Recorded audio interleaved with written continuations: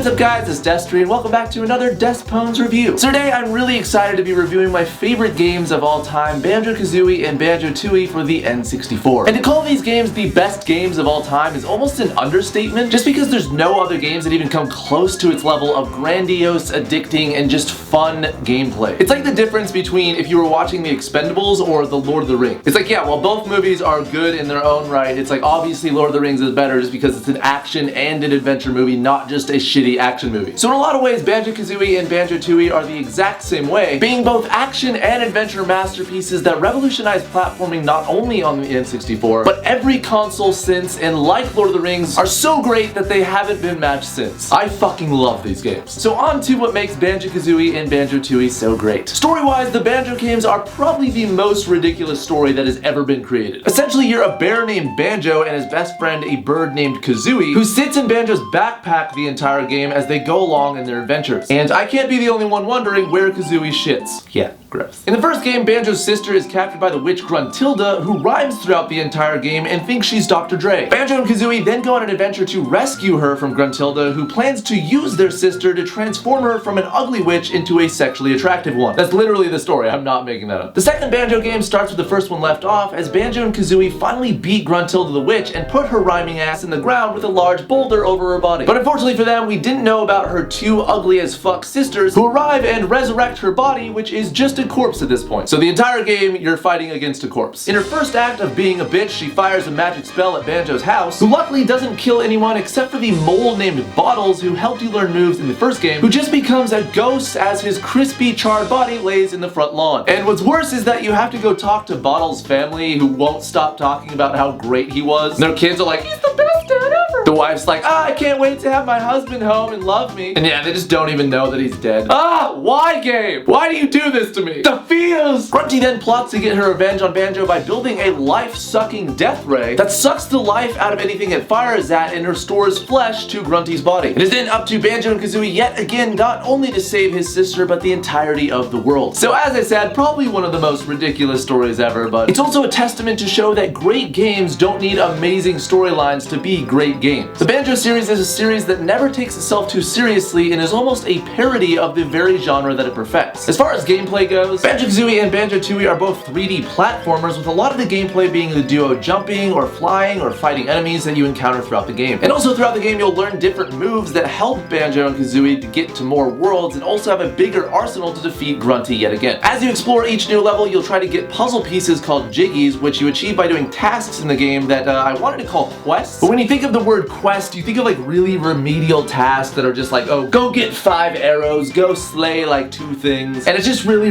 repetitive and stupid in most games. But in Banjo Kazooie, each task you do is entirely different and fun, from racing and playing kickball to climbing your way up a huge mountain to boss fights with their own hilarious one-liners and quirks. You'll just never find yourself wishing that the game was less repetitive. Also on that note, every level that you encounter in the game from the very beginning to the very end is entirely different in how they play and what they look like. From Mayan temples to Old West mines, fiery and icy mountains with dragons, a factory, and even prehistoric times, every level is beautifully crafted with a more than perfect soundtrack to complement each new place you venture. And while most of the game you're playing as the duo of Banjo and Kazooie, you'll also occasionally play the game as the shaman Mumbo, who performs magic spells in the game in areas where only he can go. What's even cooler is that in each new level, another shaman Wumba can transform Banjo and Kazooie into another character altogether. So submarines, a stick of dynamite, bees, and even a washing machine are just some of the crazy and weird characters that you can play to complete each new level. Graphically, Banjo Kazooie and Banjo Tooie were the best for its time, both being games that pushed the N64 so hard graphically that some players even experience a drop in frames because of it. The graphics of both games are pleasing to the eye and without a doubt one of the reasons that you get sucked into the immersive and addicting worlds the game has to offer. Also, as I mentioned, the single con of this game was if you were playing on the N64, then there was that drop of frames. But as both games have been recently re-released on the Xbox One for rare replay, the graphics are even smoother looking with no dropping of frames. Another definite reason to play this game is its amazing and unique soundtrack. Composed by the incredibly talented and good friend of mine, Grant Kirkhope, each level's soundtrack is wonderfully quirky and adds an additional levity to the game's clear attempt to not take itself too seriously. Anyways, that said, I decided to give Banjo Kazooie and Banjo Tooie the only score I think it really deserves, which is a perfect 10 out of 10. Yay!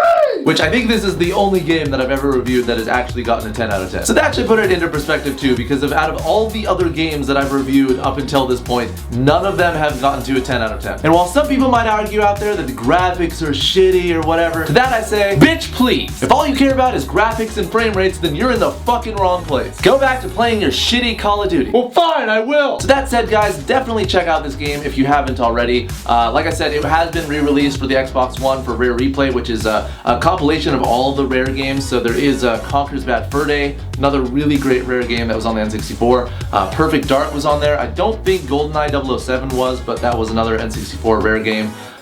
There's just a ton of just great shit on Rare Replay, and just do yourself a favor, go get it today. If you have an Xbox, play it, and you will not regret it. That said guys, make sure to leave in the comments down below anything you'd want to see a review of, and I'll check those out. Could be reviewing your mom's breasts. I gave them a perfect 10 out of 10 when I was smacking them around last night. Alright, this channel is above making your mom jokes, I'm sorry. I mean, just look at the production quality, and I'm making your mom jokes in this, really? But yeah, leave those in the comments down below guys, and I'll check those out. That said, I will see you next time. I love you all, and thanks for watching.